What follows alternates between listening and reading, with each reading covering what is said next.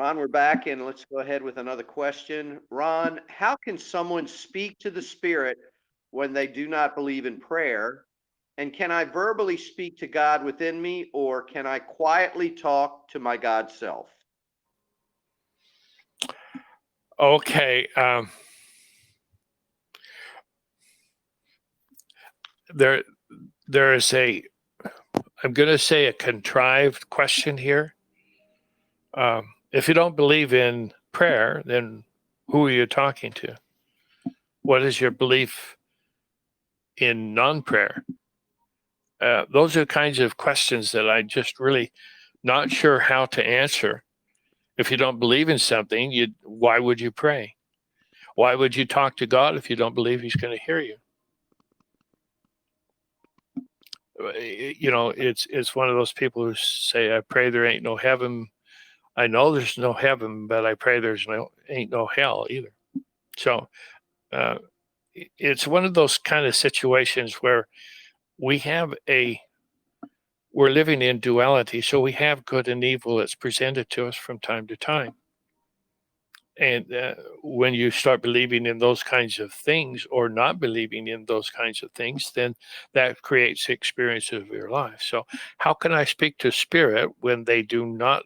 How can someone speak to spirit when they do not believe in prayer? They won't believe. If they don't believe in prayer, why would they be speaking to the spirit? Can I verbally speak to God within me, or can I quietly talk to God myself, my God self? Well, you can do all of the above. There's no reason for a question. Just do it. You you're trying to define something and create something that's really not the way it's supposed to be. When you believe in something, then you participate in it. If you don't believe in it, then don't participate in it because you're being a fraud.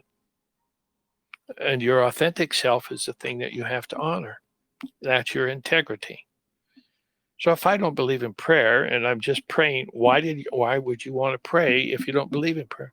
Why are you listening to somebody else who says you should pray? Mom, uh, I don't believe in prayer, so I'm not going to say my prayers tonight. Well, if that's a decision you make, then you have the consequences of those decisions. But you don't need to ask your mother if you can pray. You don't have to ask anybody. You just talk to your God self within inside of you, wherever you want to put your God self. It's up to you.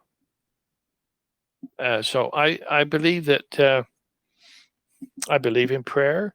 I don't like the word prayer because it has, in my opinion, in third dimension, in the raising in Kabbal's garbage that we've had to do for the last so many thousands of years. They talk about prayer and there's no value in prayer unless you have great value in believing in prayer. But the way that they even have a Lord's Prayer and they go through a bunch of stuff.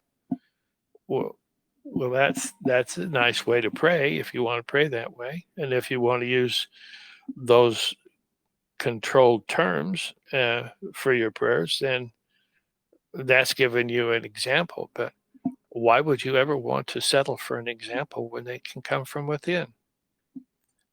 And so these are the kinds of things that I'm saying with myself. Oh, wow. Why are they believing in things that other people are telling them instead of going into their own selves and finding out the God within? What is the God within? It doesn't matter what you want to give it as a definition. It's just there. And it's there for you to use. Call it prayer, just call it a chat.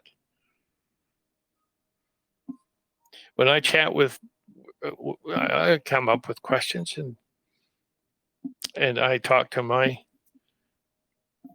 connection with the Alliance, and I get information back.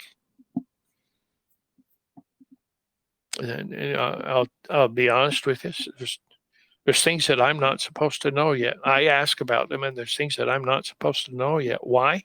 Because if I knew them, then I would open myself up to the negative influences that would start attacking me. Because they don't want me to bring forth the things that I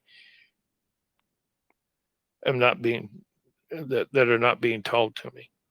They don't want me to do that. So if I do, then I get in trouble. They don't give me that information so they withhold things from me because it's not appropriate yet.